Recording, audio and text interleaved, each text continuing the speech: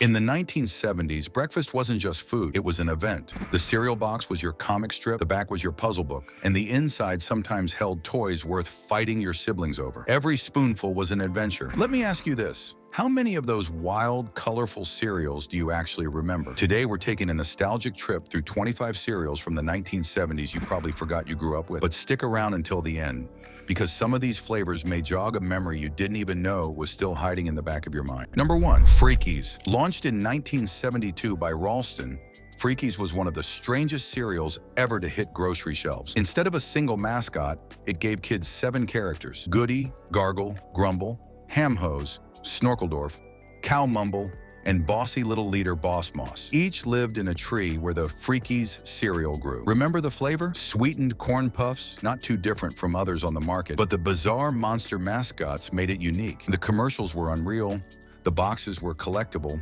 and you just couldn't get enough of the oddball gang. Freakies burned bright for a few years before disappearing by the late 70s, though nostalgia has kept its cult following alive. But breakfast was about to get smooth and sugary. Number 2, Super Sugar Crisp. Only a handful of cereals were as famous in the 70s as Post's Super Sugar Crisp. Golden puffed wheat soaked in sweetness, paired with the coolest mascot of them all, Sugar Bear. He wasn't zany like other mascots. He was smooth, relaxed, and always singing in that deep baritone voice. Commercials showed him outwitting villains, all while calmly enjoying his cereal. Though there were some concerns from the parents regarding sugar overload, the kids were addicted. In fact, Super Sugar was proudly in the name until the health wave of the 80s trimmed it down to Golden Crisp. Still, in the 70s, it wasn't just cereal, it was a lifestyle, with Sugar Bear leading the way. But Post cereals took us straight back to the Stone Age with this prehistoric breakfast. Quick pause here, because I want to know, which cereal from your childhood do you wish they'd bring back tomorrow? Leave it in the comments. We might feature your pick in an upcoming video. Number 3, Dino Pebbles. Dino Pebbles was a prehistoric spin-off of Fruity Pebbles that leaned heavily into dinosaurs. It kept the fruity rice crisps kids already loved, but added colorful marshmallow dino bones and fossils for extra fun. The commercials tied it to the Flintstones, where kids could imagine digging through a cereal bowl just like archaeologists. It was a treasure hunt at the breakfast table. Crunchy bites with little marshmallow surprises hidden inside. Though it never lasted as long as Fruity Pebbles, for the kids who had it, Dino Pebbles felt like Saturday morning cartoons in edible form. Today, it's one of those cereals remembered more for the marshmallows and commercials than for how it tasted. Dino Pebbles were amazing, but here's another cereal you've probably forgotten completely. Number 4, Kaboom. If there was ever a cereal that looked like a carnival exploded in your bowl, Kaboom was it. Introduced by General Mills in 1969, this rainbow-colored cereal came in star and circular shapes, always with that unsettling circus clown mascot grinning from the box. The taste was a sugary blast, but kids remembered Kaboom more for the colors than the flavor. Parents were skeptical. The artificial hues were loud even by 70s standards. However, kids begged for it because the clown felt larger than life. Kaboom stuck around longer than most novelty cereals, but by the 2000s, it disappeared completely. For those who had it in the 70s, though, pouring Kaboom felt like scooping out a box of pure chaos and fun. If you think Kaboom's clown had an out-of-this-world appearance, just wait, because the next one literally had magic in its name. Number 5, Magic Puffs. Magic Puffs' creation was aimed at making something whimsical and mysterious for breakfast tables. The cereal was a sugary puff, not far off from other sweetened offerings of the decade. But what really sold it was the advertising. Boxes promised you that something magical was inside, often with prize tie-ins, special offers, or limited edition designs that made the cereal feel like a treasure chest. The cereal itself didn't quite stand out enough to hold ground in front of the big hitters, but kids in the 70s still remember waking up excited to see if their magic came true. By the end of the decade, it vanished quietly from shelves, but for those few years, it felt like every bite carried a secret. The next cereal was bold enough to throw a party. By the way, if these breakfast memories are bringing back that Saturday morning magic, hit the like button. It helps us dig up even more forgotten 70s cereals. And don't forget to subscribe. We share nostalgic cereal trips like this every other day. Number 6, Crunchy Logs. Crunchy Logs may have been one of the strangest ideas in cereal history. Imagine breakfast made to look like little wooden logs. Odd, right? This cereal hit shelves in the mid-70s, tapping into the whole pioneer and outdoor craze of the time. Each piece was a sweetened oat pressed into a log shape with a surprisingly heavy crunch. Kids loved the novelty, while parents could convince themselves it was heartier than the usual sugar bombs. The ads leaned into frontier imagery, making breakfast feel like a lumber camp. It didn't stick around for long, but for a short while, mornings felt like a forest of sweet, crunchy firewood. If you thought tree bark-shaped cereal was wild, just wait. What comes next will make you wonder how they even thought of it back then. Number 7, grins and smiles and giggles and laughs. Even the name was a mouthful. It came out in the mid-70s, and this cereal had one of the most unique mascots ever, a mechanical cereal machine named Cecil, who cranked out the smiling-shaped pieces. The commercials were wild, showing this bizarre contraption trying to spit out cereal while goofy characters made kids laugh. The taste was very similar to Kaboom, but the fun was in the shapes and the silly advertising. While kids loved it, parents didn't always appreciate the sugar rush that followed, and the cereal quietly disappeared by the end of the decade. Still, for 70s kids, it was one of those boxes that felt like pure Saturday morning cartoon energy. And after a cereal that made you laugh, the next one brought pure star power. Number 8, Sprinkle Spangles. Sprinkle Spangles was General Mills' patriotic-themed cereal, shaped like stars in red, white, and blue colors. Launched in 1979, it captured the tail end of America's bicentennial craze. The cereal pieces were fruit-flavored and sugary, but the real hook was the theme. You could eat a bowl of stars and feel like they were celebrating the 4th of July every morning. Commercials leaned into flag-waving pride, and the packaging often featured bold Americana designs. Despite the novelty, Sprinkle Spangles didn't last long into the 80s, but it remains a perfect snapshot of how pop culture bled into breakfast during the 70s. For those who had it, even a spoonful felt festive. The next cereal takes that same 70s imagination and turns it up, leaving a mark on anyone who ever grew up opening a box at the crack of dawn. Number 9, Crazy Cow. Crazy Cow was one of the most fun cereals of the 70s because it turned your milk into chocolate or strawberry. General Mills pulled this off by coating the Corn Puffs in a flavor powder that instantly dissolved when mixed with milk. The mascot was, you guessed it, a wacky cartoon cow, and commercials leaned into the silly fun of watching your cereal bowl transform into chocolate or strawberry milk. Kids adored it because it was 2 treats in one, cereal and flavored milk. Parents, on the other hand, weren't thrilled about all the sugar. Crazy Cow disappeared quickly, but kids who had it never forgot how magical that color-changing milk felt. Now let's talk about a cereal that nearly started a civil war. Number 10, Quake. Quake was a crunchy orange-flavored corn cereal introduced by Quaker Oats in 1965, alongside its rival Quisp. The cereal's mascot was a burly miner named Quake, who wore a red shirt, blue pants, and a yellow helmet. Do you remember Quaker Oats launching a cereal war campaign, encouraging kids to vote for their favorite cereal? For years, kids even voted in commercials on which cereal they liked better, Quake or Quisp, and eventually Quake lost the popularity battle. Quaker retired both the character and the cereal,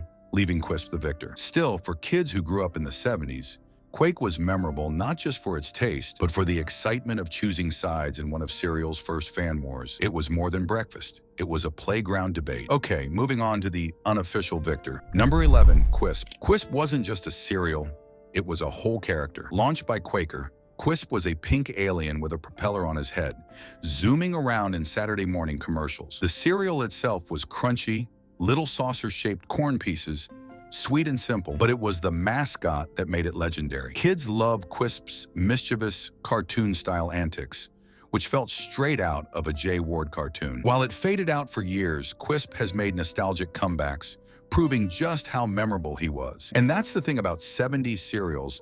They weren't just food. They were cartoons, toys, and entire worlds poured into a bowl. Let's talk about a cereal whose box on the table felt just as exciting as the cartoons on TV. Number 12, Fruit Brute.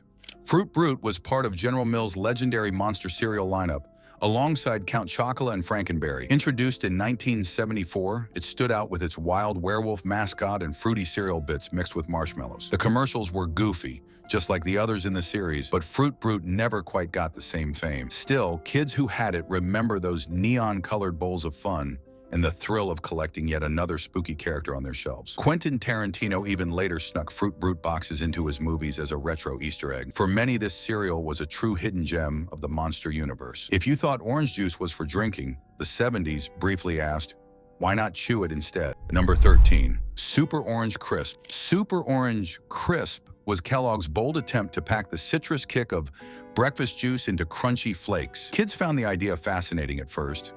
Orange-flavored cereal was something relatively new, but the reality didn't quite live up to the hype. The taste was tangy and sweet, but not always in the best way, and parents scratched their heads at whether this was a healthy choice or just more sugar. But for the kids who tried it, it was unforgettable, like someone had squeezed a whole orange grove right into their cereal bowl. But do you remember the one that tried to win kids over with a simple cowboy before calling in a cartoon bear for backup? Number 14.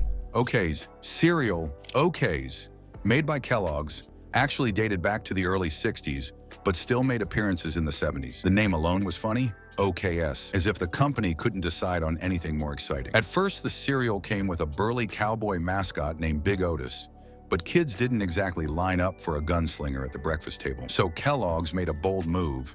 They brought in none other than Yogi Bear, hoping the Saturday morning favorite would give the cereal a second life. For a while it worked. Kids loved seeing a familiar face on the box, and suddenly OKS had a bit of personality. Still, even with Yogi's charm, the cereal faded out before long, becoming another forgotten chapter of cereal history. But hey, get ready because nostalgia's about to hit you hard. Number 15, Pink Panther Flakes. In the 70s, you couldn't escape the Pink Panther. From cartoons to movies, he was everywhere. And yes, even on your breakfast table. Pink Panther Flakes were cornflakes coated in a strawberry pink sugar glaze, turning every bowl into a burst of sweet, rosy fun. Kids loved the idea of eating pink cereal, and the packaging, with the coolest panther lounging on the box, made it feel instantly collectible. It wasn't around for long, but those who had it still remember the freshness of pouring a pink bowl of flakes and humming that jazzy theme song in the background. It was cartoon crossover marketing at its best. And just when you thought cartoons in your cereal bowl were cool enough, I remember flakes that promised actual superpowers. Number 16, Power Rangers cereal. Long before the 90s series everyone remembers, there was actually a short-lived cereal tie-in in the 70s with an early Japanese superhero import branded as Power Rangers. It never gained mainstream traction, partly because the show itself didn't stick around in America. But the cereal briefly lived on shelves. It tasted like sweetened corn puffs, pretty standard for the era. But for the kids who got their hands on it,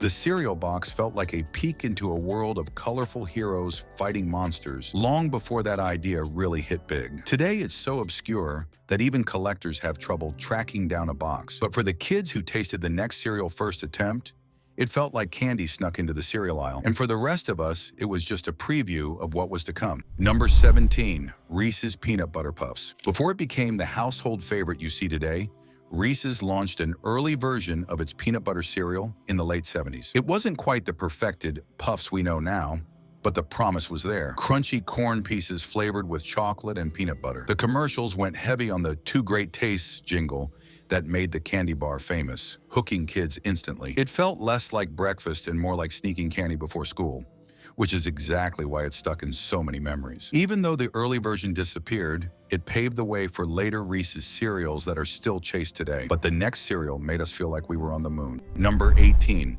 Moonstones.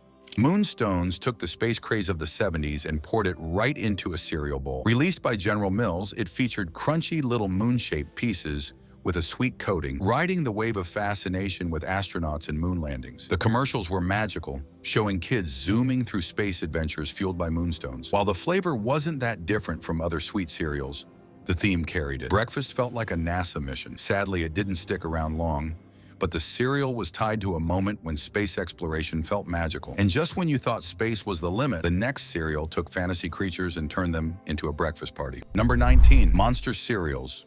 No list of 70s cereals is complete without the Monster Trio. General Mills struck gold when they gave us Count Chocula, Frankenberry, and Boo Berry, cartoonish, friendly monsters who made breakfast spooky fun. Each came with its own flavor: chocolate, strawberry, and blueberry, plus marshmallows that felt like little treasures in every bowl. The commercials played like mini horror comedies, with the monsters bickering over whose cereal was best. For kids, it was like Halloween all year long, right at the kitchen table. Unlike many forgotten cereals, the Monster Gang lived on, with seasonal comebacks every fall that still fuel nostalgia. But who remembers the pilot who used to patrol the skies? Only the real ones are getting this. Pause the video and give it a thought for a bit. Number 20, Baron von Redberry. Introduced around 1972, Baron von Redberry was a fruity cereal similar to Frankenberry and Count Chocula. The gimmick was a German World War I-style flying ace mascot, also known as Red Baron, who was locked in a rivalry with another cereal mascot we'll discuss next. The flavor had a raspberry zing that stood out from the usual chocolate and marshmallow competition. Sadly, both Barron and his rival were grounded before the decade's end. But for kids of the 70s, the rivalry felt epic. Speak of the devil, number 21, Sir Grapefellow. Every good hero needs a rival, and Sir Grapefellow was General Mills' answer to the Baron. Marketed as a bold British pilot with a love for grape-flavored cereal, he became one of the more unusual mascots of the 70s. The cereal itself was grape-sweetened oat pieces, a rare flavor in the breakfast world. It's leaned into the rivalry, showing Sir Grapefellow and Baron von Redbury in comedic aerial dogfights, each insisting their cereal was the superior choice. While the feud didn't last long on shelves, it gave kids a reason to pick sides every morning. And just when you thought cereal couldn't get any creative, one brand decided to pour maple syrup right over your morning routine. Do you remember that? Number 22. Buckwheats. Buckwheats stood out in the sugar-saturated 70s because it wasn't just about candy-coated crunch. It had a wholesome angle. Imagine wheat flakes kissed with a touch of maple syrup, giving off that warm pancake on a Saturday morning taste. Parents approved because it seemed healthier, and kids loved it because the maple sweetness made it comforting yet fun. For a while, it struck the perfect balance and built a loyal following. But General Mills made one of the biggest cereal blunders of the decade by stripping away the maple flavor. Without its defining feature, buckwheats lost its charm, and fans quickly left it right where it belonged without it. A classic example of, if it ain't broke, don't fix it. But we haven't talked about one of the most popular cereal choices in the US from the 70s. Number 23, Waffle-Os. Introduced in 1979 by Ralston Purina, Waffle-Os tried to bring Saturday morning waffles straight into your cereal bowl. Shaped like tiny waffles and kissed with maple syrup, it had a cowboy mascot, Waffle-O Bill, who made the cereal feel like part breakfast, part cartoon adventure. Kids loved the crispy, sweet crunch, and parents loved the convenience. But by the mid-80s, it was overshadowed by health trends and fading novelty. Still, if you grew up with it, the taste was unforgettable. It was like sneaking dessert for breakfast. And if you think waffles were unusual, just wait until you remember the cereal that crowned itself king. Number 24, King Vitamin. When a sea of sugar took over the cereal industry in the early 70s, Quaker introduced King Vitamin as the healthy alternative. With crown-shaped pieces and a mascot who ruled over breakfast, played in commercials by a live-action king, the cereal promised vitamins and minerals in every crunchy bite. Well, you didn't exactly care about the nutrition, but the fun mascot and catchy ads helped it stand out. For a while, it struck the perfect balance between good for you and still sweet enough to eat. But by the late 80s, King Vitamin lost its crown as healthier options and flashier cereals took over. And just when you thought the kingdom had fallen, another familiar captain set sail with a new flavor twist. Okay, now, do you recall the spin-off from the Cap'n Crunch family? Yes, you got it right. Number 25, Vanilli Crunch. Vanilli Crunch hit shelves in the early 70s with one simple promise: the same crunchy sweetness, now wrapped in vanilla flavor. At a time when cereal makers were experimenting with every flavor under the sun, this stood out for its creamy, dessert-like taste. Ads leaned heavily on the captain's popularity, making it feel like a natural addition to the crunch empire. This was the closest thing you could pour into a bowl of milk for kids who love vanilla ice cream. But by the late 70s, it faded away, outpaced by bolder, fruitier rivals. Cereal in the 70s wasn't just breakfast. It was a universe of mascots, wild flavors, and boxes you could spend hours staring at while the milk turned sugary. If you enjoyed this trip down memory lane, don't forget to hit that like button, subscribe, and ring the bell, because there are plenty more forgotten flavors waiting to be rediscovered. And comment your favorite cereal from this list and how you remembered it.